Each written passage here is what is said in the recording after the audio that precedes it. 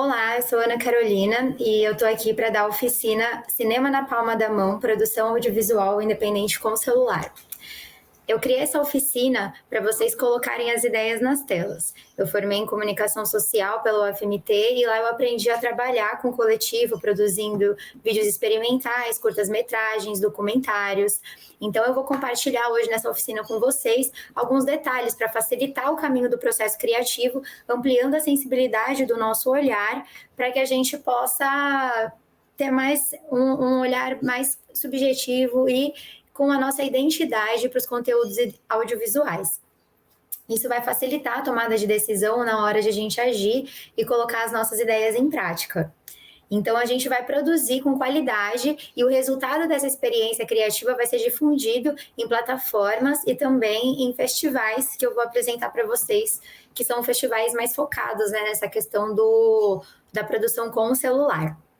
Então, a gente vai aprender a linguagem das imagens para contar a nossa história. O nosso curso, a nossa oficina de hoje, ela vai começar com uma parte mais teórica, assim, onde eu vou explicar sobre a questão da linguagem audiovisual, né? Então, eu vou compartilhar com vocês o que é a linguagem audiovisual. Então, a gente entende que é a união de elementos sonoros e visuais para compor uma narrativa. Então, tudo que a gente vê, né, seja vídeos, novelas, filmes, longa-metragem, curta-metragem, documentário, tudo isso é audiovisual. Então, e para que a gente chegue nesse resultado final, a gente passa por um processo criativo, que esse processo criativo, ele tem a parte da pré-produção, que é onde a gente idealiza, né, tem a ideia do que a gente quer colocar na tela, e aí então a gente se organiza, né, vê o que a gente precisa, né, para colocar essa nossa ideia em prática, ver se essa ideia é viável de ser executada. Então a gente vai para a produção, que é o momento onde a gente grava de fato, né, essa ideia, e a pós-produção, onde a gente faz a edição desse material, né, de vídeo e som que a gente fez a captação, para a gente ter o resultado final daquilo que a gente se propôs a executar, a realizar. E aí a gente tem as mídias, né? As mídias audiovisuais, que é toda a plataforma, as mídias digitais, é tudo o que a gente vê que tem, né, essa composição de imagem e som que produz um resultado final. Então a gente tem a televisão, a gente tem o cinema, a gente tem a propaganda, a gente tem os vídeos de internet. Tudo isso são mídias audiovisuais. Tem propósitos diferentes, né, em contextos diferentes, mas não deixa de ser audiovisual, que é a união da imagem e do som. E todo mundo que trabalha, né, todas essas mídias audiovisuais, por trás dela tem uma grande cadeia de profissionais, que a gente chama de indústria cultural. Então, é uma cadeia produtiva que emprega diversas profissões. Então, a gente tem desde o cozinheiro, o eletricista, o motorista, o diretor, o ator, né? A gente tem o editor de vídeo, diretor de fotografia, o assistente de direção, tem uma série de profissionais envolvidos na realização de um conteúdo audiovisual, seja ele voltado para a TV, para o cinema, para a propaganda ou para os vídeos de internet. Então, a gente vê que é algo muito importante, né? Principalmente aqui no Brasil, a indústria do audiovisual, ela é uma das maiores indústrias do nosso país. E ela tem uma importância também, que é a importância cultural, porque tudo que a gente produz carrega a nossa cultura, né? Então, quando a gente assiste uma novela, quando a gente assiste um filme, né, a gente pode, se for, né, nacional, a gente consegue identificar a nossa cultura ali.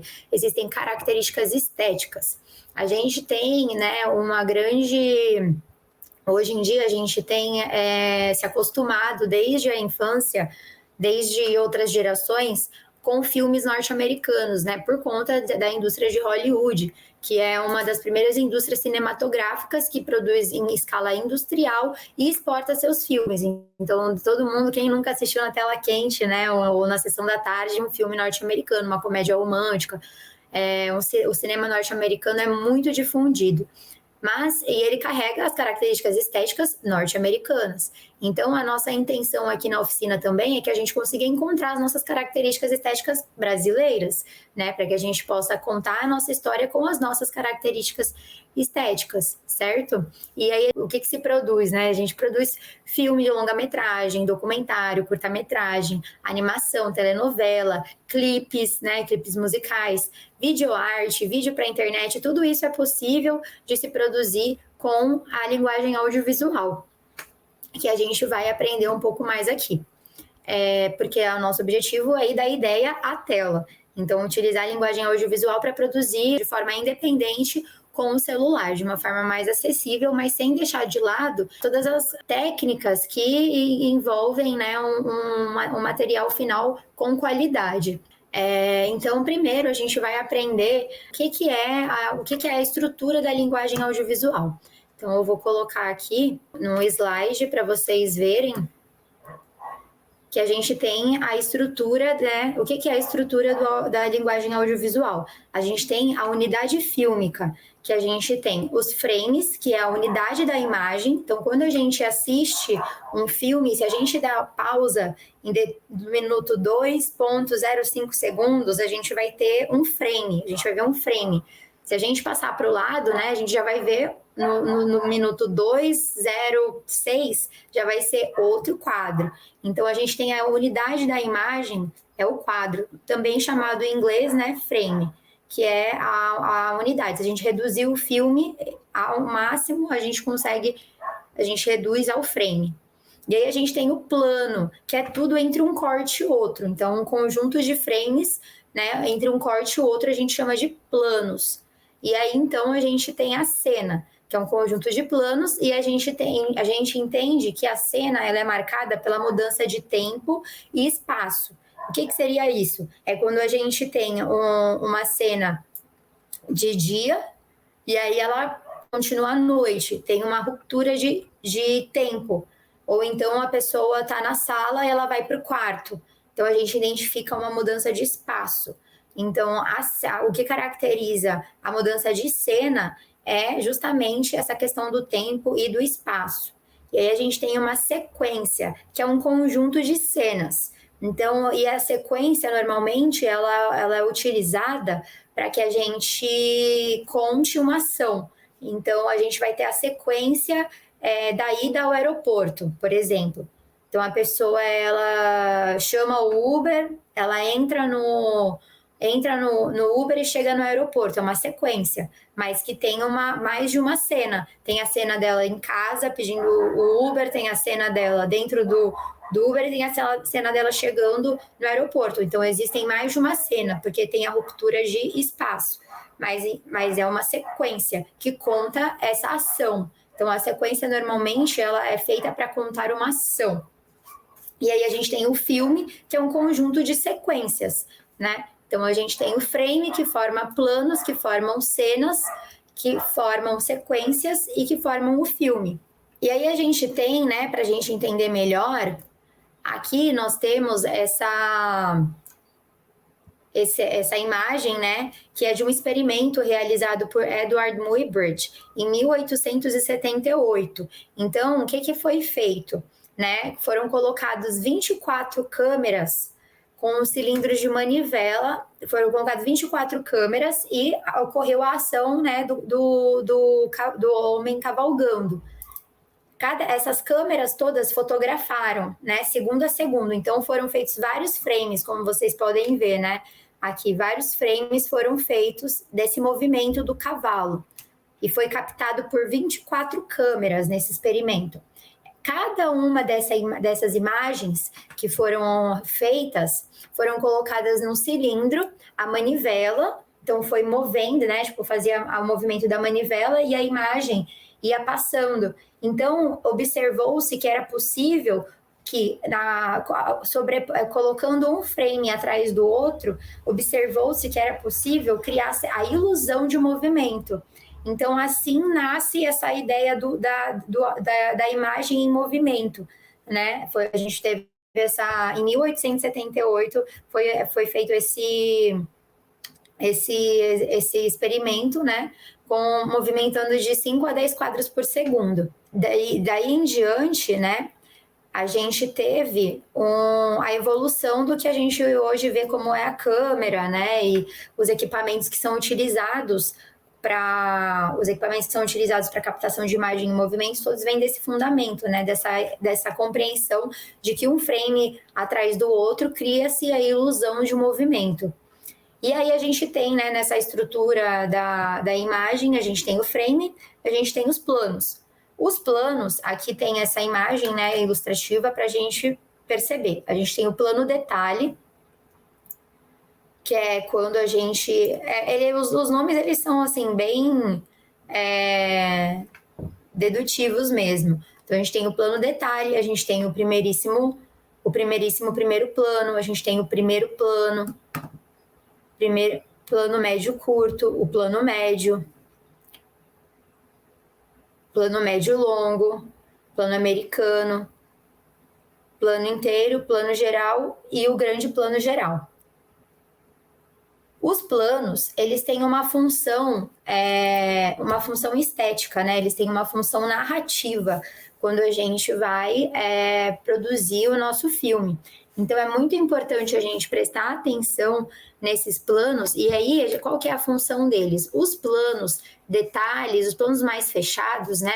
Eles servem para dar ênfase em algum detalhe, alguma questão, né, que é importante para que a pessoa que está assistindo o filme que a gente fez entenda. Então, às vezes, a gente está narrando uma história e aí a gente tem a intenção que a pessoa perceba e preste atenção naquele detalhe ou naquela emoção de determinada personagem.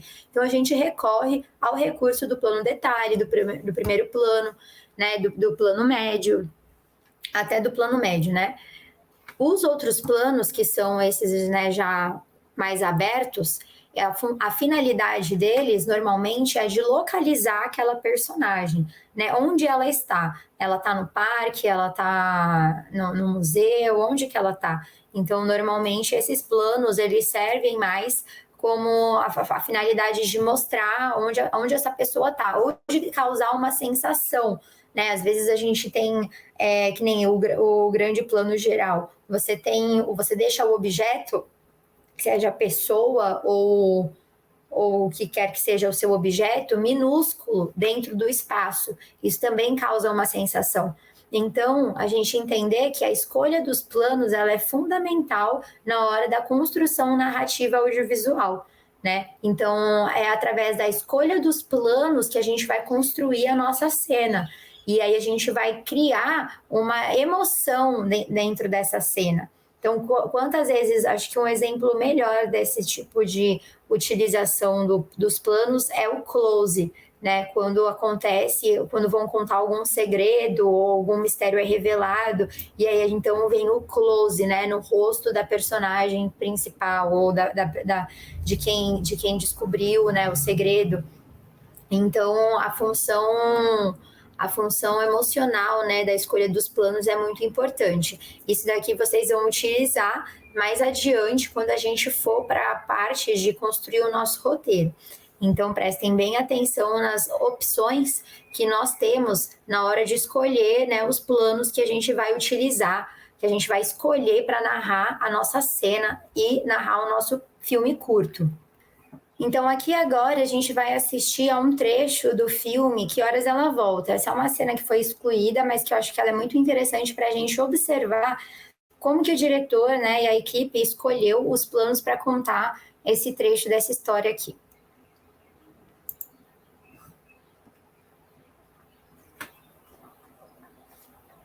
Tchau. Oi. Passa essa blusa aqui pra mim, por favor. A senhora vai sair aquela agora? Vou. Rapidinho, tá? Passo ligeiro, já lembro. Obrigada. Nada.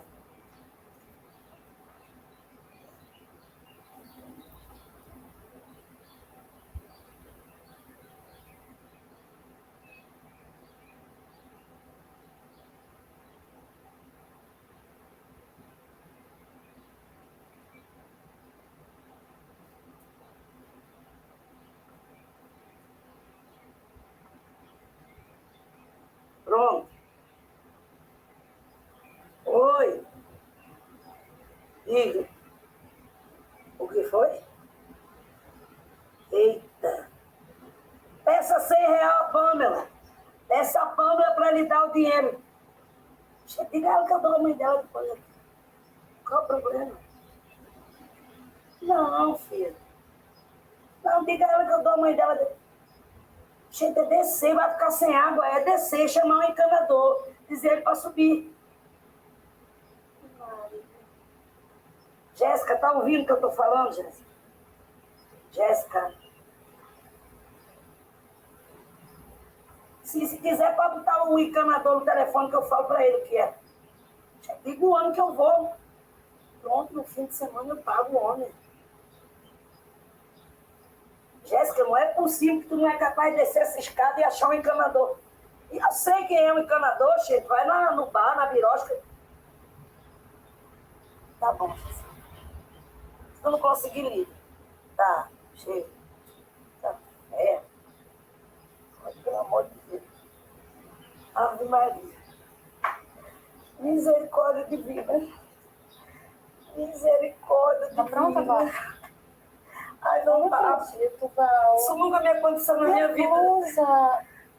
Acabou a blusa, não sobrou. Nossa, que blusa predileta. Não, babá, eu fui atender o celular e Isso aqui, essa blusa de Buenos Aires, aí acabou. eu compro outra pra senhora da Trouxe Bárbara. Buenos Aires, Val. Não tem como comprar outra. Joga no lixo. Eu vou Já dar. era. Não, que lixo o quê da Bárbara? Val, desde quando você ficou falando no telefone pra Bárbara? Mas a menina tava agoniada, que tá sem água lá da Bárbara. Sem uma gota d'água. Como é que eu vou dar um jeito nisso? Carro, também que é feita essa blusa? Isso é plástico. Então, pessoal, a gente acabou de assistir um trecho do filme Que Horas Ela Volta, onde a gente pôde perceber, né, nessa questão da estrutura fílmica dos planos, né, da unidade da cena, onde a gente viu um conjunto de planos que criou uma cena. Essa cena onde a Val queima, né, a blusa, e a gente percebe que mostrou, né, localizou ela, né, num plano médio, deu ênfase na expressão dela, na angústia dela ao falar com a filha no telefone, e mostrou um plano detalhe, onde a gente percebe que a blusa estava queimada. Então, aqui a gente percebe uma construção narrativa de uma cena com a utilização de um plano médio, um plano fechado e um plano detalhe. Um plano mais fechado, na verdade, não acho que não chega a ser um detalhe, que o detalhe é ainda mais fechado. Mas para a gente entender, né, ela está no mesmo lugar, não teve ruptura de espaço, ela está no dia, né, não tem nenhuma ruptura de tempo. Então, a gente tem, né, entre um corte e outro, a gente tem um plano, ou seja, a gente tem o plano onde ela está falando no telefone, a gente percebe o corte, né, aí a gente percebe que corta, vai para o plano do mais fechado, que mostra a blusa queimada. Então, essa é a construção, né, da cena, que é onde a gente tem um conjunto de planos. Agora a gente vai assistir um pedaço do filme Bacurau, onde a gente vai compreender um pouco melhor da estrutura, né, da linguagem audiovisual, que é a construção da sequência, né? Então, como eu falei, a sequência, ela vem para nos mostrar uma ação, a continuidade de uma ação, que tem a ruptura, que tem a ruptura de espaço, mas que não tem o corte, né? Não tem o corte entre planos. É tudo um plano só, tanto que chama plano de sequência, porque mostra uma ação, só que sem nenhum tipo de corte. Então, agora a gente vai assistir esse trecho dessa cena do Bacurau, onde a gente tem um plano sequência.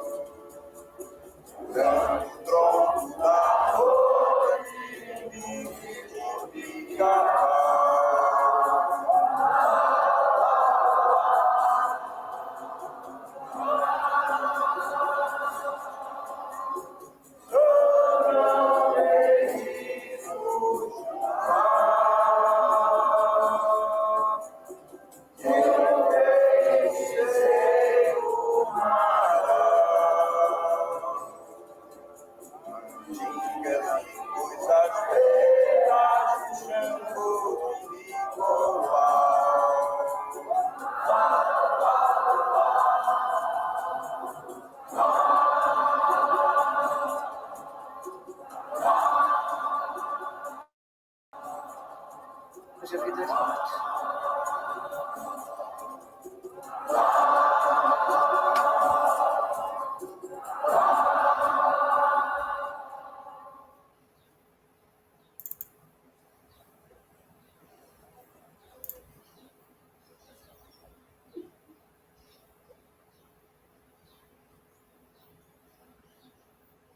Aqui, então, a gente assistiu a cena do filme Bacurau, onde a gente identifica uma sequência. Como eu tinha explicado antes, né, a sequência, ela é um conjunto de cenas. Então, aqui a gente tem o conjunto de cenas que onde a gente acompanha uma ação. Aqui a gente acompanha a ação do enterro. Então, a gente tem mais de um plano que compõe mais de uma cena. A gente tem a cena de levar o caixão, né, da caminhada levando o caixão, e a gente tem a cena onde eles estão já enterrando aquele caixão, né? E a cena, o plano final geral, onde eles balançam o paninho branco. Então, a gente vê que tem mais de uma cena que compõe uma sequência. Qual a sequência? A sequência de levar o caixão, da caminhada do enterro, né? A gente tem também o plano sequência. Eu falei anteriormente, né, do plano sequência, mas na verdade, a sequência que a gente tá vendo o exemplo aqui. Então, a gente viu, só para retomar, né? O frame, que é um frame por frame, que compõe o plano. A gente tem o plano, né, que é tudo entre um corte e outro. A gente tem a cena, que é uma composição narrativa com mais de um plano. A gente tem a sequência, que foi o que a gente acabou de ver, que é mais de uma cena que nos mostra uma ação, né, onde a gente já consegue acompanhar uma ação. Aqui no exemplo do Bacurau, a gente teve a cena de carregar o caixão e a cena de balançar, né, o tecido branco.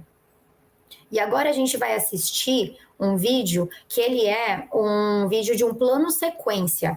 Esse sim é aquele vídeo onde a gente não tem o corte, né? Ele é uma forma bem complexa de se fazer.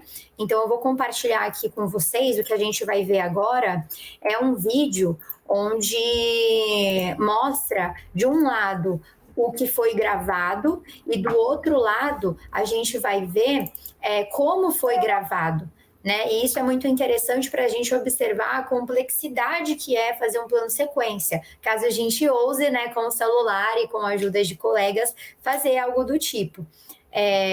Mas o que eu vou convidar vocês a observarem aqui, né, nessa exposição aqui desse vídeo, que a gente tem a ruptura do tempo, né? Como eu falei antes, o que configura a diferença de uma cena para outra é a ruptura do tempo ou do espaço, ou seja, mudar do dia para a noite ou mudar, né, de espaço. E aí aqui, durante esse plano sequência, a gente vai observar que tem a ruptura de tempo, mas com a estratégia, né, que foi elaborada para fazer a captação desse plano sequência, a gente não tem o corte, apesar de ter a ruptura de tempo. Então, vamos assistir agora, né? Desse lado aqui da tela, a gente observa como ficou o resultado. Desse lado aqui da tela, a gente observa como foi gravado, né? Então, a gente tem as pessoas entrando e saindo, e aí tem uma mulher dando comandos, está em inglês, né? Que é um filme americano. Então, tem uma mulher dando comandos, né? Que é a diretora do filme, dando comandos para para a equipe, né, fazer o trabalho dela. Então, agora eu vou dar o play aqui do vídeo para a gente assistir esse exemplo. Clear one. Clear two. Ricky, clear three. And camera. Clear one.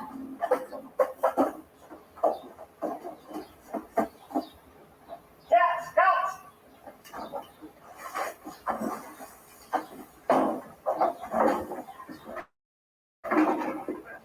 And camera. Door one. Door three.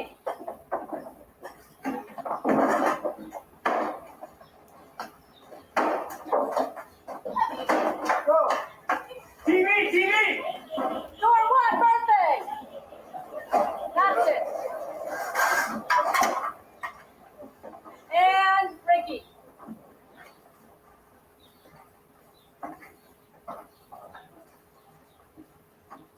Curtains.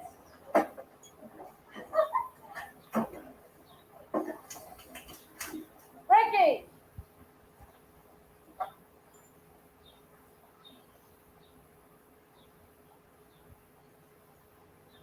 Dina. Go. Door three out.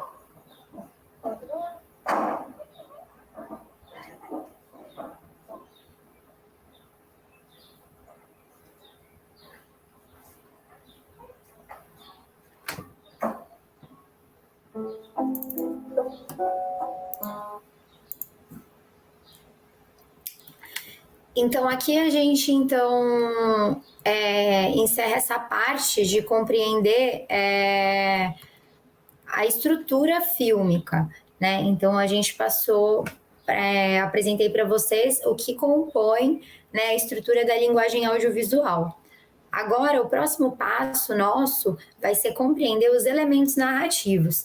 E aí, para facilitar, eu dividi, né, esses elementos narrativos como os elementos narrativos da imagem e os elementos narrativos do som. Primeiro, a gente vai fazer, né, vai se familiarizar com os elementos narrativos da imagem. Essa primeira parte da nossa oficina, ela é um pouco mais teórica e um pouco mais densa, porque é importante que a gente compreenda a diversidade de possibilidades que a gente tem quando a gente vai elaborar a nossa narrativa, né? Porque às vezes a gente tem uma ideia e quando a gente sabe todas essas questões, fica muito mais fácil de a gente escolher o que a gente vai, né, dessa diversidade de possibilidades, o que a gente vai escolher para fazer a nossa, chegar o mais próximo daquilo que a gente está imaginando.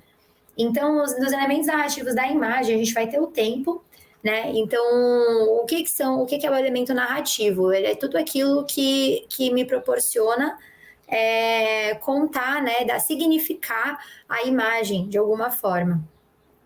Então, no tempo eu tenho a time-lapse, que é quando a gente tem quando a gente acelera o vídeo, né? Então, eu gravo o vídeo e eu acelero ele. Então, eu posso fazer uma passagem de tempo, posso gravar uma tarde inteira, né? Um pôr do sol e acelerar, né? Deixar ele rápido e eu vou criar aquele efeito, aquela sensação de que se passou muitas horas. Mas eu apresento isso no meu vídeo em pouco tempo.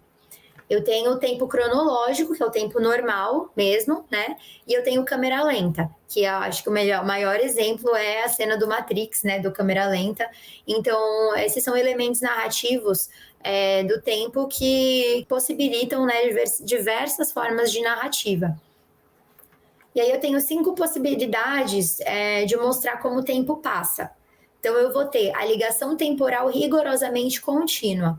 O que é isso? É quando a cena, né, o plano plano que vem um atrás do outro, ele é rigorosamente contínuo. Eu não tem, tenta seguir à risca aquilo que se propõe. Então, vamos supor, uma pessoa bebendo um copo de água.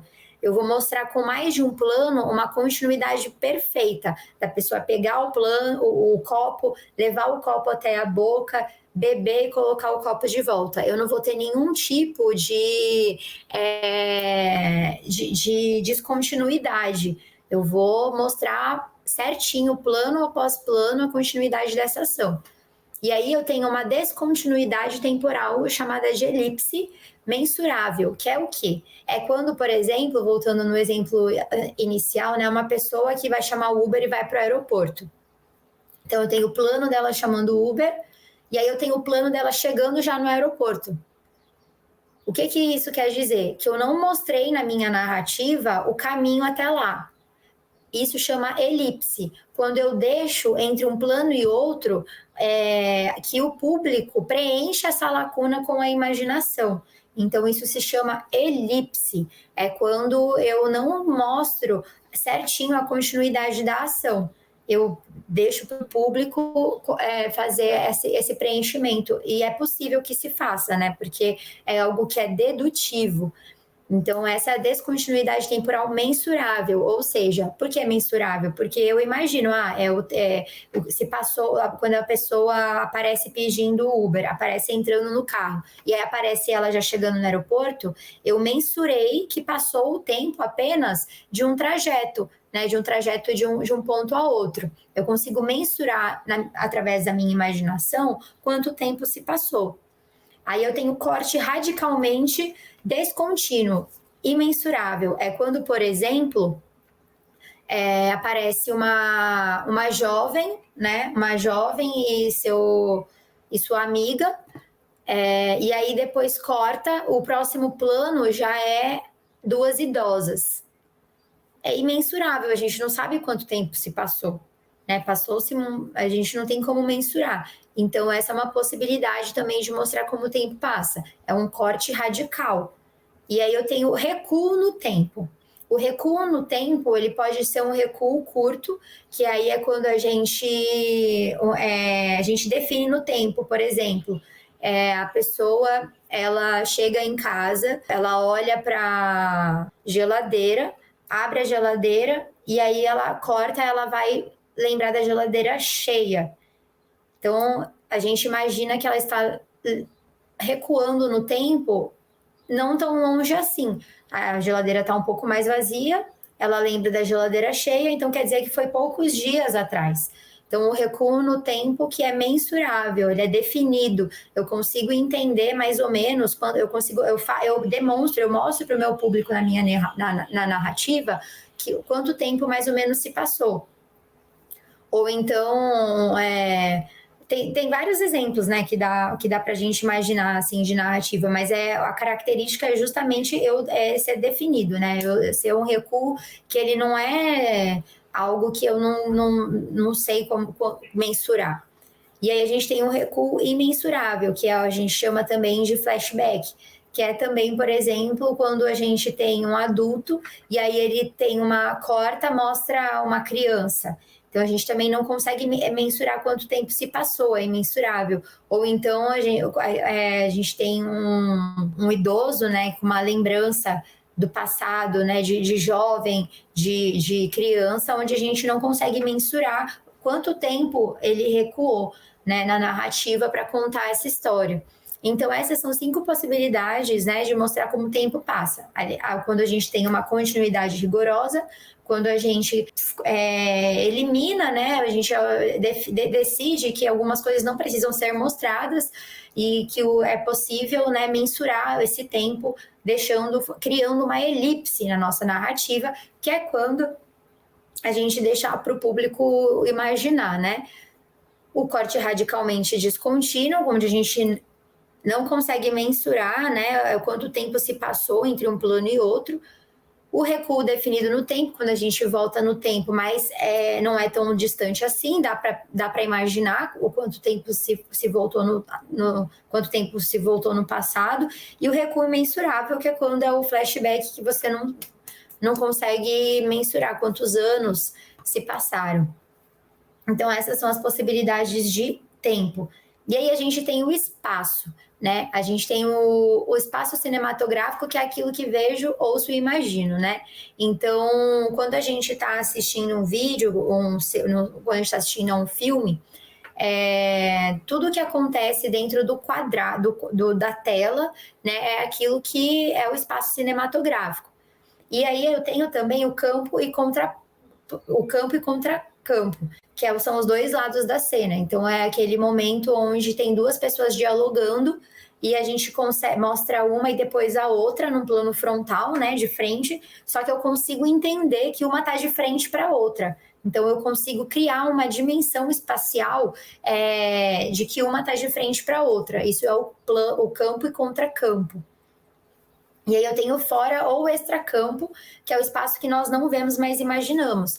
Então é quando, por exemplo, a mãe está lavando louça e as crianças chorando. A gente não vê as crianças, mas a gente consegue imaginar que elas estão no mesmo cômodo em que essa mãe está. Então esse é o extracampo, que nos dá uma possibilidade, né? Uma possibilidade de inserir outros elementos, né? Então, agora usando mais a imaginação, né? Eu posso, por exemplo, fazer um vídeo onde uma pessoa caminha pela mata e eu não preciso, né, encontrar animais para fazer parte do meu filme. Eu posso colocar o som, né, desses animais e trabalhar com a imaginação das pessoas que estão assistindo utilizando da ferramenta, o elemento narrativo, né, do fora do extracampo, do fora de campo, que é esse campo da imagem. Então, a gente pensar, né, que existem possibilidades para além daquilo que está sendo visto. E aí eu tenho a mise-en-scène. Mise-en-scène é um termo em francês, né, que é utilizado para denominar a disposição dos recursos em cena. O que isso significa? Às vezes a gente está assistindo, né, um filme e aí a gente tem um exemplo clássico disso é as cenas de ceias de Natal, né, onde tem as crianças correndo, a mãe chegando com o peru, a criança abrindo presente, os amigos brindando. É uma série de ações que estão uma conectadas com as outras e que elas acontecem no campo de visão, né? Uma movimentação orquestrada. Então, mise-en-scène é isso, é a colocação dos recursos em cena. O que é uma mise-en-scène bem trabalhada? É quando as pessoas, né? As pessoas e animais, ou o que seja o que está dentro da sua cena, tem uma harmonia, né, na sua movimentação. Preenche, entra em quadro e sai de quadro de uma forma que tem sempre algo acontecendo. E isso é chamado de mise-en-scène. E aí nós temos também as 3 relações espaciais, né, que é a descontinuidade total ou radical, que é quando a pessoa está num espaço, num plano, né, ela tá dentro de casa, e aí no outro plano ela já está num parque. Então, tem uma descontinuidade radical. Eu não consigo saber como que ela foi parar lá, né? Que é simplesmente uma descontinuidade. E aí eu tenho a descontinuidade parcial ou momentânea, que é quando, por exemplo, a pessoa ela tá na sala, aí ela levanta, vai até a cozinha e volta. É momentâneo, né? Ela vai, mas ela volta para o lugar onde ela estava. Então, eu mostro a pessoa toma um copo d'água, aí ela levanta, vai até a cozinha, enche o copo e retorna. Aí ela volta para a sala. Então, eu tive uma descontinuidade parcial de espaço. A pessoa foi para outra locação, que a gente chama de locação, o espaço, né, onde a pessoa está gravando. E aí ela retorna. E a continuidade, que é a gente não causar nenhum tipo de ruptura, a continuidade ela fala por si só, né? Então, essas são as relações espaciais possíveis, né, de se estabelecer uma narrativa quando a gente escolher contar a nossa história. Ainda no espaço, nós temos esse recurso que ele é muito interessante e que ele é muito utilizado hoje em dia nas redes sociais, chamado de raccord. O raccord, ele é um recurso que ele nos dá a sensação de continuidade entre planos, mesmo que não haja essa continuidade. Então, nós temos mais de um tipo de raccord. Tem o raccord de direção, que é quando existe a movimentação de personagens. Então, a gente tem um movimento, né, que seja esse aqui, né, isso aqui. E aí eu gravo isso em diferentes locais. E aí eu monto né? Na hora da edição, aí eu me oriento pelo movimento. Então, por mais que que o objeto esteja em lugares diferentes, eu tenho a sensação de continuidade por conta do movimento.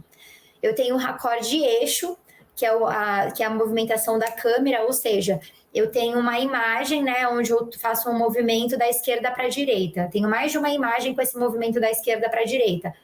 E aí são imagens diferentes, são planos diferentes, mas que quando junta esses planos, eu tenho a sensação de continuidade por conta do movimento da câmera. Tenho de olhar, que é o de plano e contraplano. O que é isso? É quando tem um plano onde a pessoa olha para determinada direção. E aí o próximo plano vai mostrar um parque ou qualquer lugar que seja. Quando a gente monta isso, né? Quando a gente mostra alguém olhando em determinada direção e depois mostra um lugar, dá a sensação de continuidade no sentido de que parece que aquela pessoa está olhando para aquele lugar. É uma sensação falsa de continuidade, porque eu posso, por exemplo, gravar na minha casa olhando para determinada direção, e aí eu vou lá no Parque das Águas, ou vou lá em algum parque da minha cidade e gravo o parque. Então vai dar a sensação que eu estou olhando para lá, mas é uma falsa sensação, porque na vida real eu não estava no mesmo lugar quando eu gravei. Mas quando eu edito, o recurso raccord de olhar proporciona que eu crie esse efeito, né? De que esse olhar foi para esse local. E o raccord de gesto, que é parecido com o de movimentação, né? Que é exatamente o mesmo movimento que orienta, né? Então, você pode pode mudar o plano de dia para de noite ou mudar o local em que você está, mas por conta do gesto vai dar a sensação de continuidade. E aí agora eu vou mostrar para vocês um vídeo que ele é justamente um experimento que eu fiz, um experimento de raccord. Então, eu me propus a fazer um vídeo minuto onde eu utilizava essa técnica do raccord para fazer esse experimento. Então, eu vou mostrar aqui para vocês esse vídeo, que ele foi feito durante uma disciplina, né, na universidade, e o desafio era a utilização do recurso raccord. Vou mostrar para vocês agora.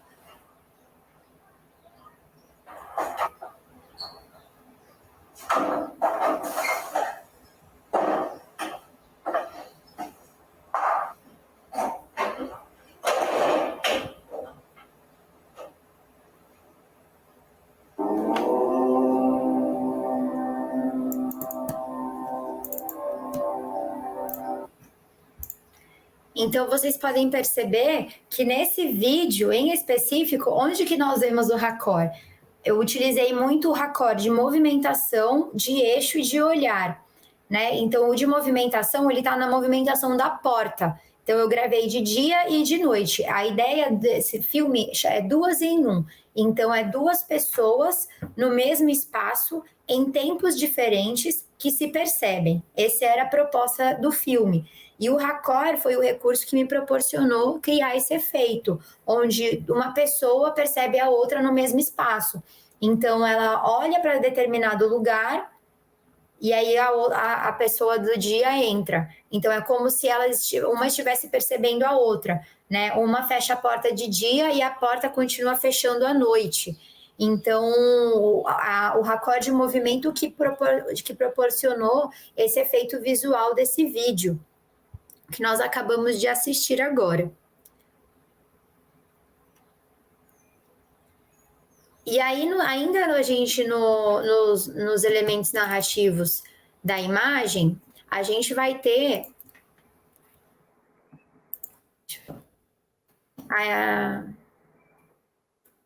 ainda nos elementos narrativos da imagem, nós vamos ter os movimentos de câmera, né? Então, retomando aqui, a gente passou pelos elementos narrativos de tempo e espaço, né? As formas que eu posso brincar e manipular o tempo e espaço na minha narrativa, né?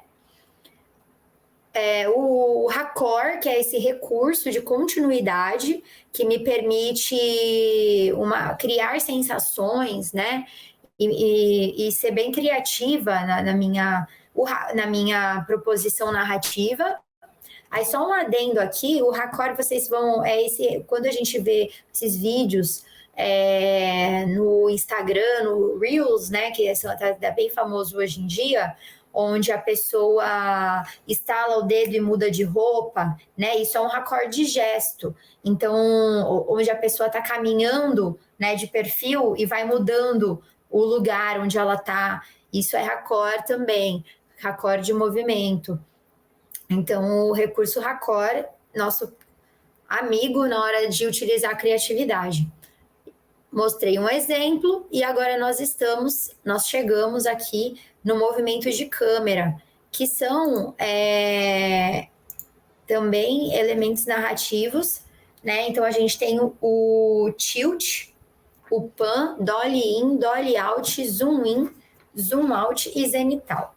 Então, qual que é o movimento que é o tilt? Nós temos aqui, nessa parte de cima, movimentos onde eles não... onde eles se movem de fato, eles não ficam no seu próprio eixo. Então, o dolly, ele é quando a gente pega a câmera e aproxima, né? Aproxima ela do objeto, ou afasta. Então, o dolly seria esse movimento de a gente pegar o celular e fazer assim, né? Para frente e para trás. O boom, ele é o movimento onde a gente vai para cima e para baixo, né? Onde a gente quer, né, mostrar algo comprido. E aí a gente tem o truck, onde a gente vai, né, para um lado e para o outro. Aí eu tenho o pan, que é o que seria a panorâmica, que é quando... E aí, então, como eu falei, os de cima, a gente de fato movimenta, a gente vai para frente, fora do eixo, né? A gente vai para frente, para trás, para um lado, para o outro, para cima e para baixo. Os de baixo da setinha vermelha, não. A gente fica no eixo. Então, a gente vai estar com a câmera, né? Se a gente for fazer uma pan, a gente vai girar no eixo, né? A gente não movimenta, a gente gira no eixo. O tilt é a mesma coisa, só que aí, no caso, de cima para baixo. Então, é esse movimento aqui, de cima para baixo. E o roll, que é quando eu faço esse movimento de girar assim, né? Então, esses são movimentos. E aí, o zenital, que não está ilustrado, mas é quando eu pego de cima para baixo, né? Quando eu pego e coloco assim o celular numa posição para acima, onde eu vou pegar o meu objeto, né? De cima para baixo. Esse é o plano zenital.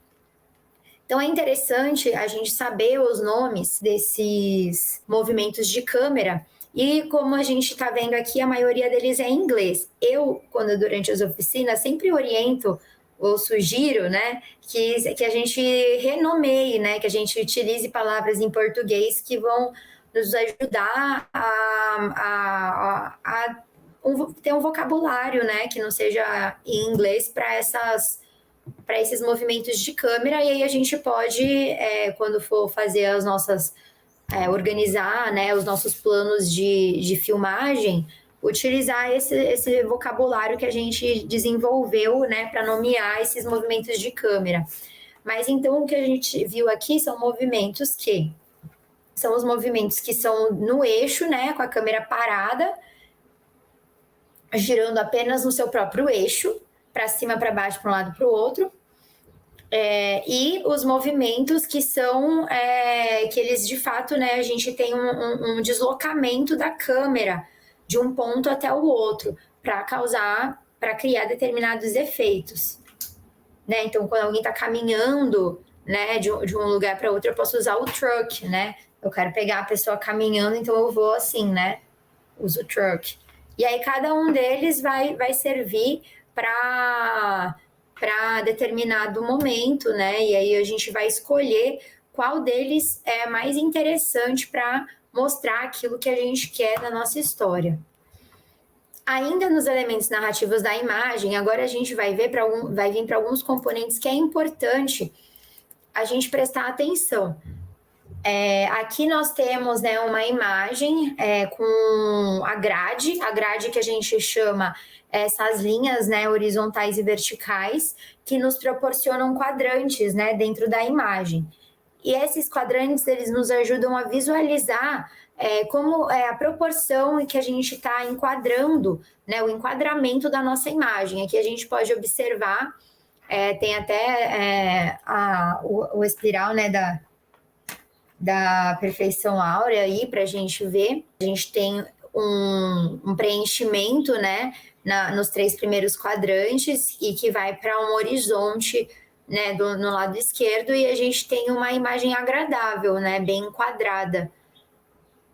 E a gente vai sempre buscar um equilíbrio, né? Sempre buscar uma harmonia. E essa grade nos ajuda a perceber se o nosso enquadramento está legal, né? Se a gente não está deixando o objeto de uma forma muito aleatória dentro do nosso quadro. Aqui nesse enquadramento que a gente está observando, a pessoa está, né, bem na intersecção aqui, né, entre um quadrante e outro. Então a gente consegue perceber que esse preenchimento ele corresponde a uma harmonia. O enquadramento é muito importante que a gente perceba, né, a margem, ó. Aqui a gente vê que ele não está completamente próximo aqui, né, do final do quadro, né? E aqui em cima também a cabeça dele não está cortando, tem mais ou menos a mesma proporção de espaço vazio aqui embaixo e aqui em cima, né, do objeto. Então, esses detalhes, eles são detalhes que fazem toda a diferença para a beleza do que a gente está produzindo. Aí a gente vai ter a profundidade. Novamente, a gente tem as linhas, né? As linhas que vão nos ajudar. Então, a profundidade é quando a gente faz um enquadramento em que a gente tem as linhas da perspectiva, né? Também ali, que dão a sensação de profundidade. Então, esse frame, né, do filme O Iluminado nos ajuda muito a perceber a sensação que provoca quando a gente utiliza esse recurso, né, esse elemento narrativo. E aí ele vai direcionar o nosso olhar também, né? Então aqui, por exemplo, eu não sei exatamente qual que é o plano que vem depois desse plano aqui, mas a gente tem uma criança, a gente tem as linhas de perspectiva que nos encaminham para a porta. Então, no outro plano, se tem um plano mais fechado da porta se abrindo, né, a gente já cria um efeito bem legal nessa narrativa. Então, direciona o nosso olhar para o ponto de fuga, né? Aí aqui a gente tem a perspectiva e a composição, né? Mais uma vez, uma divisão, a gente vê uma divisão de quadrantes, onde a gente observa a harmonia, né? Então, a gente tem, em primeiro plano, a personagem principal. A gente tem uma perspectiva, né, que direciona o nosso olhar até a porta. E aqui, aí, eles fizeram até um preenchimento com a sombra, né, nessa parede vazia. Então, a gente vê que está tudo preenchido, assim, né? Tem um enquadramento legal, tem uma perspectiva, e a composição né? Essa sombra aqui, ela nos diz muito sobre a composição. A pessoa olhou, ela percebeu que ali ficaria um vazio e então ela resolve isso com a iluminação aqui que vem de fora e preenche com a sombra essa imagem. E aí a gente está falando, né, da fotografia do vídeo, né? Outra coisa que é um elemento narrativo importante são as cores. As cores, elas vão dizer muito sobre a emoção, sobre a personalidade, sobre o que eu estou querendo comunicar. Então, aqui a gente tem, a gente pode fazer a escolha da paleta de cores. Aqui a gente tem uma paleta mais avermelhada, né, com tons terrosos, tons pastéis, e você observa que até o tom de pele, né, faz parte da composição da paleta de cor. E essa paleta de cor, ela funciona também meio como uma identidade do filme, né? Quais são as cores, e aí ela também vai orientar a escolha do figurino, a escolha do cenário, a escolha dos objetos. Então, quando eu defino uma paleta de cores, é um elemento narrativo também, porque eu vou narrar sobre a personalidade dessa personagem, eu vou narrar sobre o ambiente, né? Às vezes a gente vê muito os hospitais, né, que tem a cor azul, tem a cor verde, que são cores que comunicam mais com a questão da saúde, né? A publicidade fala muito sobre isso, né? A comunicação das cores, mas o cinema e o audiovisual também. Que é esse momento onde a gente vai escolher o que melhor adequa àquela mensagem que a gente está querendo passar, né? Aquele sentimento que a gente está querendo passar na nossa construção narrativa. Então, agora eu vou passar outros exemplos. A gente tem aqui o exemplo de uma paleta de cor mais viva, né? Mais amarela, verde, diferença, né, entre uma e outra. Tons quentes. E agora a gente vem para uma completamente tons frios, olha a diferença.